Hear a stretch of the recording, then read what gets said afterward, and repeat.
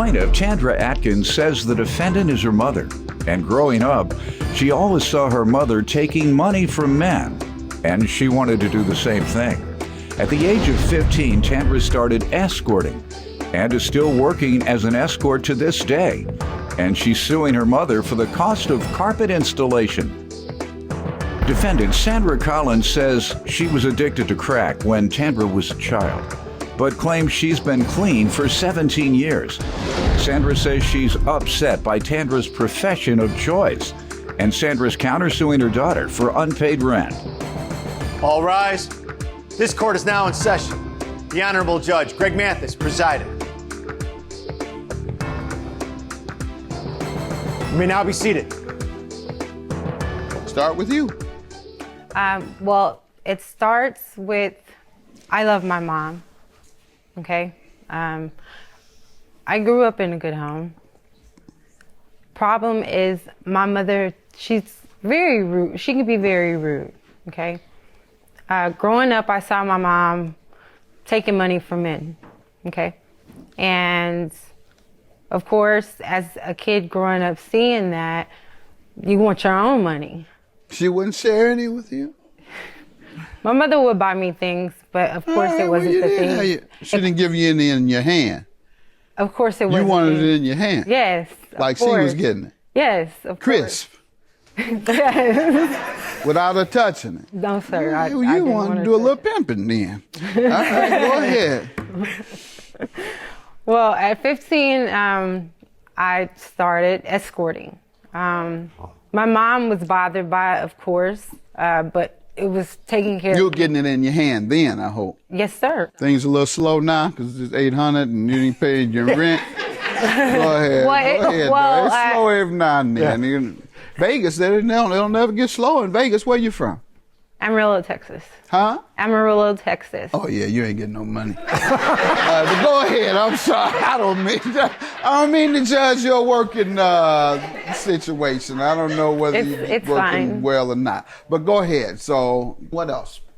My mother didn't like it. No, of course not. She didn't.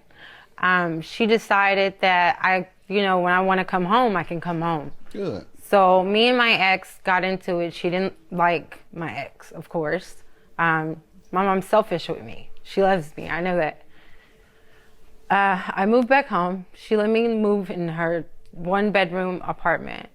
We went shopping for carpet. Of course, I found the carpet that I wanted. Okay, before we get to the details of the carpet you're suing her about, let me get some background from you, ma'am. First off, Judge, I would like to give honor to you in Jesus Christ. Thank you. I was a addict for 17 years. What was your drug of choice? Crack cocaine. I changed my drug addiction around in 2009. Good. I got myself together, got saved with Christ Jesus. That was the only thing that I had that was wrong, is I was using. Mm-hmm. When I stopped using, I got myself together. I didn't go to rehab. I moved to a new state, and I started taking care of my mother. I got myself together by just taking care of my mom and working and staying away from people that did do the drugs. So I've been clean now for 17 years, and I love my daughter. I love my daughter unconditionally. She's my only daughter, and I don't like her situation that she's in.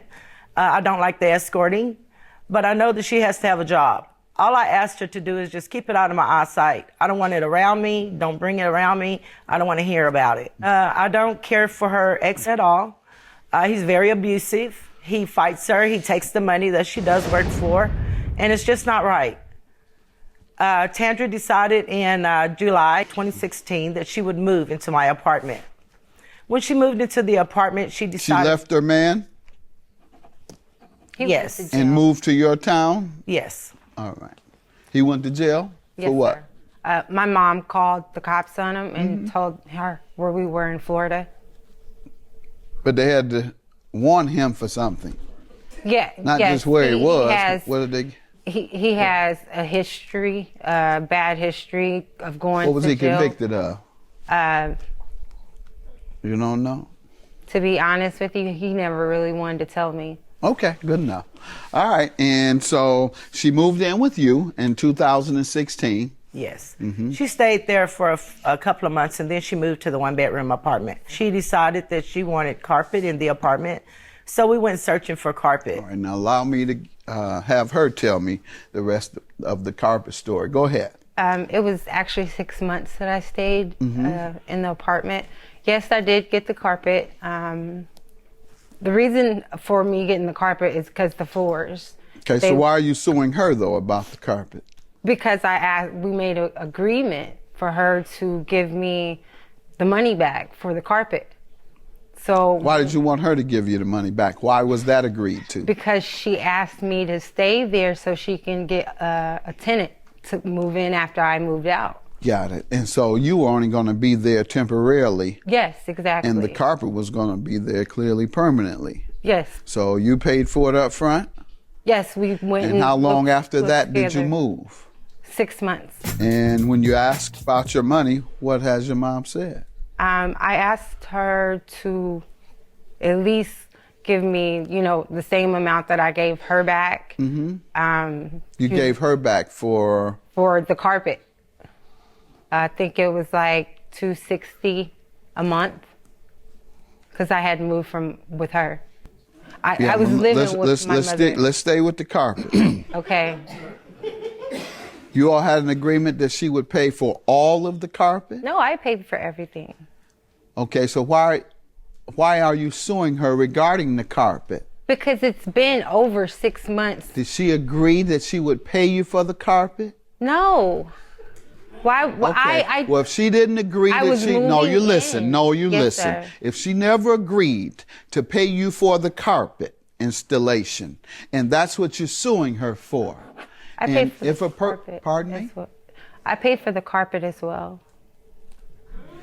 What are you suing her for today? Is it associated with the carpet? For me having to pay for the carpet and her not giving me the money back, that's why. And she agreed to do that? Yes, sir. I just asked you 4 times.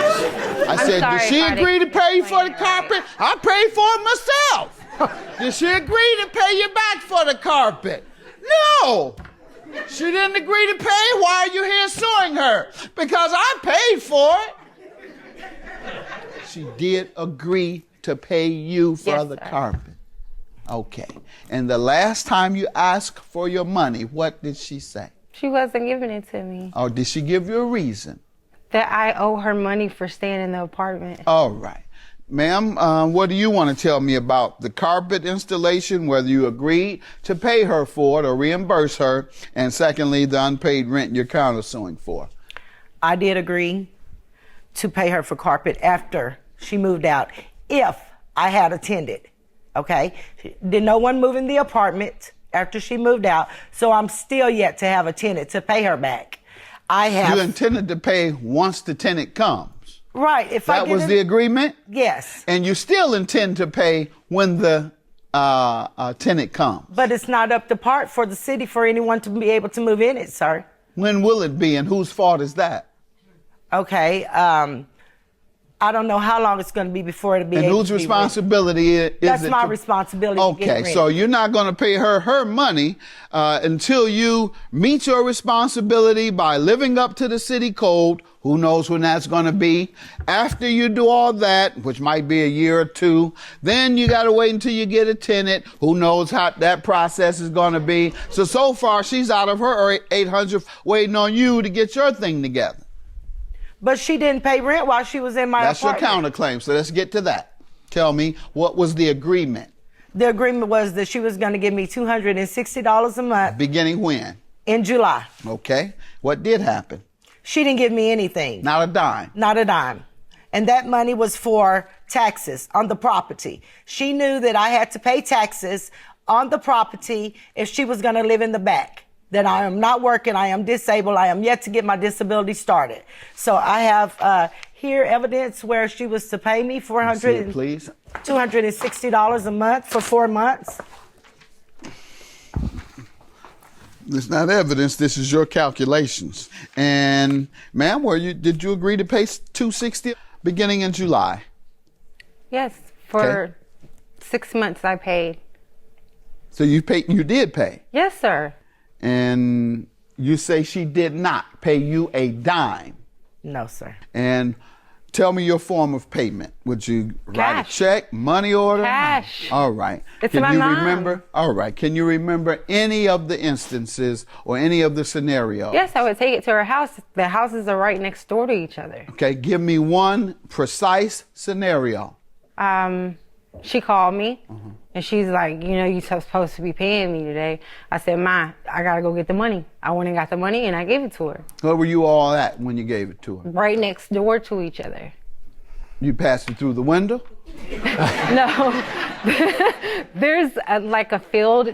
Her property is really long. You met in the field? No, she met me at her door, her back door. Okay, there you go. She met you at the back Yes, door sir. and got her money. All right. Give me one other description and scenario of you paying, how it exchanged hands. It's always been money, cash. Describe the scene.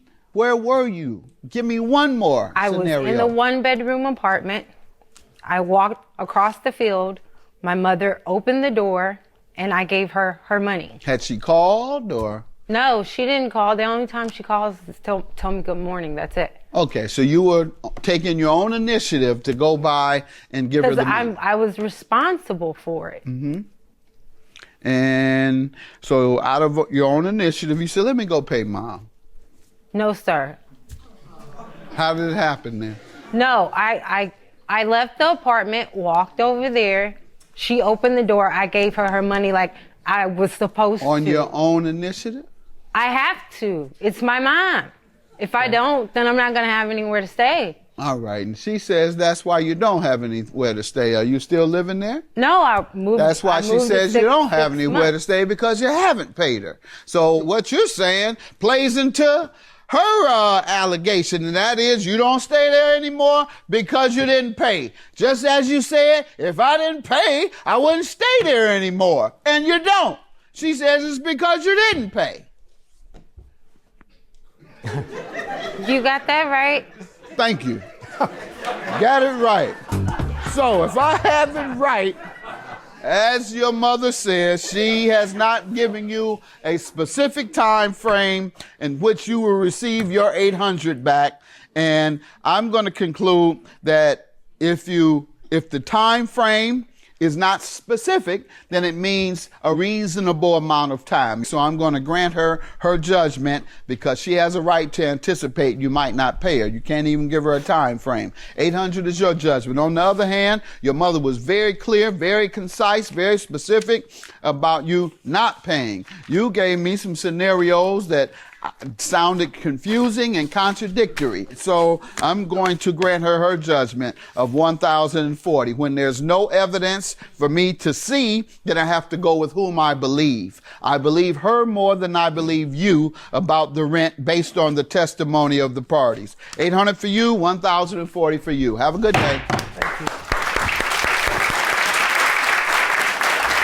We're gonna go home and be mother and daughter. Try to get still along. argue. And still love each other, and I still get good morning every day. I love you, my baby. No worry, it's gonna work itself out. Believe me.